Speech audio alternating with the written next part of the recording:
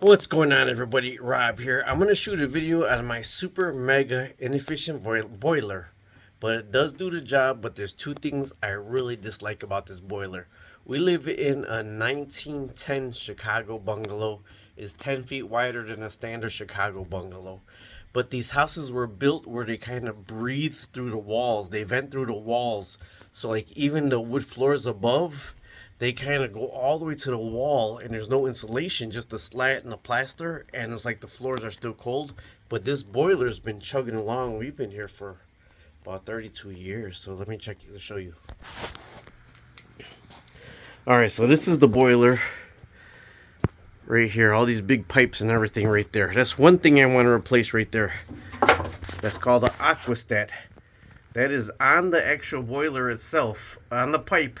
And it says the temperature for inside, although it's so outdated, there's a big piece of mercury on the inside of it, and our water only gets up to 150 degrees. Okay, so let's back out from there and go down into the meat and potatoes. Okay, so right now there's about 22 pounds of pressure in the boiler, and it's not even on right now, so it's about 120 degrees right there.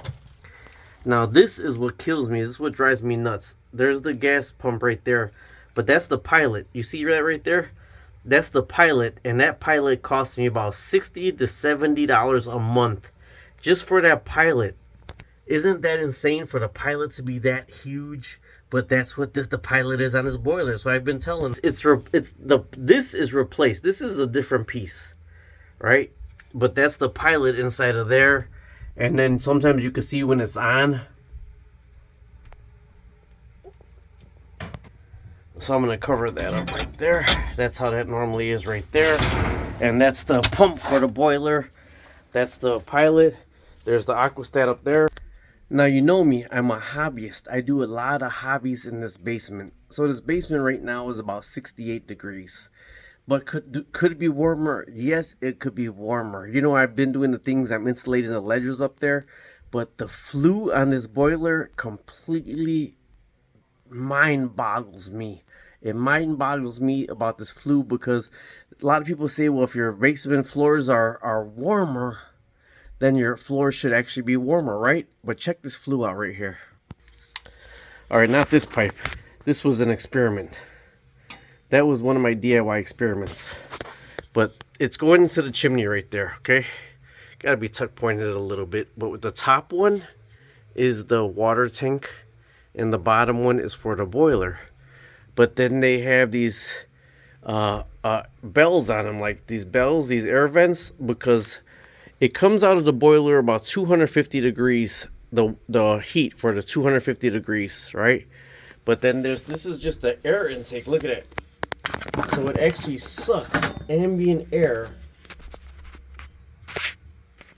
It sucks ambient air from the room. From the room. Yes, you heard that right. It sucks ambient air from the room, from my basement, to cool the boiler flue gases down. Out of here, piping hot. It sucks air from the room up into here to cool it down before it goes into the chimney to prevent condensation. And that is my biggest thing. The two big things. One, the pilot light. The pilot light is, I mean, nobody should have to pay $60 to $70 a month for a pilot light for the boiler.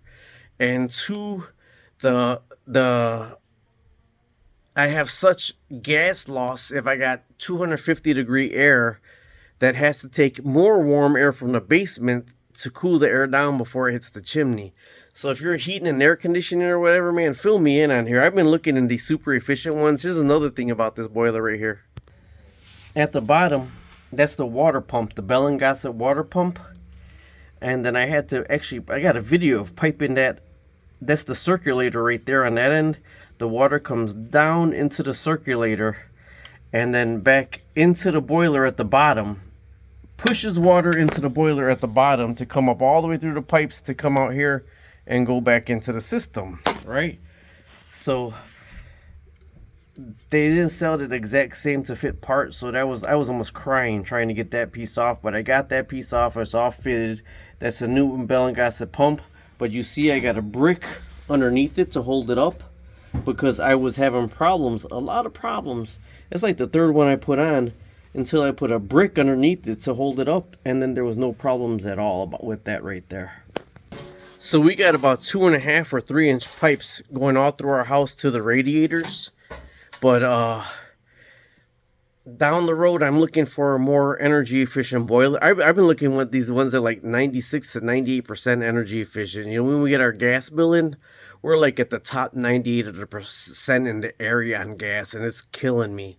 But I just wanted to fill you in, give you a shot at my old boiler, and if you're buying a house, realize how much these old boilers are going to use. Talk to you later. Subscribe, like, and share. Oh, and also, that's a Chinese diesel heater right here. That's what my video is, because that's going to be outside.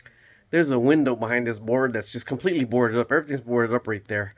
So I'm going to put a 4-inch hole through it and vent this Chinese diesel heater on the outside of the house. So everything's going to be outside except the heat that it gives off to possibly warm the basement some. But I'm going to have it towards the front in my front room. You could put a 4-inch vent right there, and it'll blow warm air on the one wall that we don't got a radiator. That, man, I think about putting a big wall-to-wall curtain right there in the winter, because it feels like you're in a refrigerator on that one wall in the polar vortex. Either way, this Chinese diesel heater is going to be for emergency purposes during the polar vortex, because in the polar vortex, this big boiler can't get the house up to temperature. It just runs constantly because the walls are so cold. Don't even bring spray foam. I'm not spray foaming the inside of my house. There's some insurance companies that ain't covering your house no more if there's spray foam, because there's mold and mildew that could get into that, and if it don't get into that, they're getting insects inside of it, the termites or the carpenter rats. So I don't even want to go there. I thought about spray insulation, but right now we got a ceiling fan on to help bring the heat down. Oh, another thing, don't buy 10-foot ceilings if you don't need them. My daughter got 8-foot ceilings. It's so much warmer in her house than my 10-foot ceilings. All right, talk to you later. Subscribe, like, and share.